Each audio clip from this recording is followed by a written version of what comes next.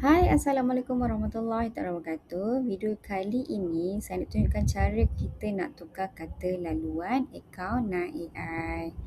Okay, bila kita dah login, kita pergi dekat menu belah kiri ni, kita scroll ke bawah sampai kita jumpa setting. Klik dekat setting dan klik dekat keselamatan. Okay, dan kita masukkan kata laluan semasa lah. Okay, masukkan kata laluan semasa. Saya tak tahulah betul ke tak. Lepas tu kita jap. Ni kata laluan semasa. Ni kata laluan barulah. Okay, kata laluan baru nak tukar sikit.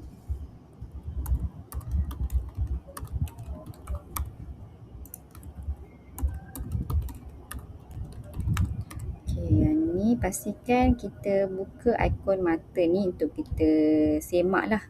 Okay, bila dah okey semua, lepas tu kita klik tukar kata laluan.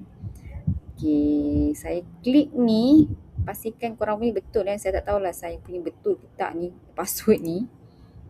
Tak sepadan. Okay, maksudnya adalah tu. Kalau korang punya dah buka mata ni, should be dia akan, apa tadi? Saya cakap-cakap lepas tu lupa dah. Korang punya ni, ni save lah.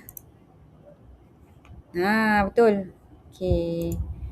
Kata laluan telah ditukar berjaya. Itu saja. Terima kasih.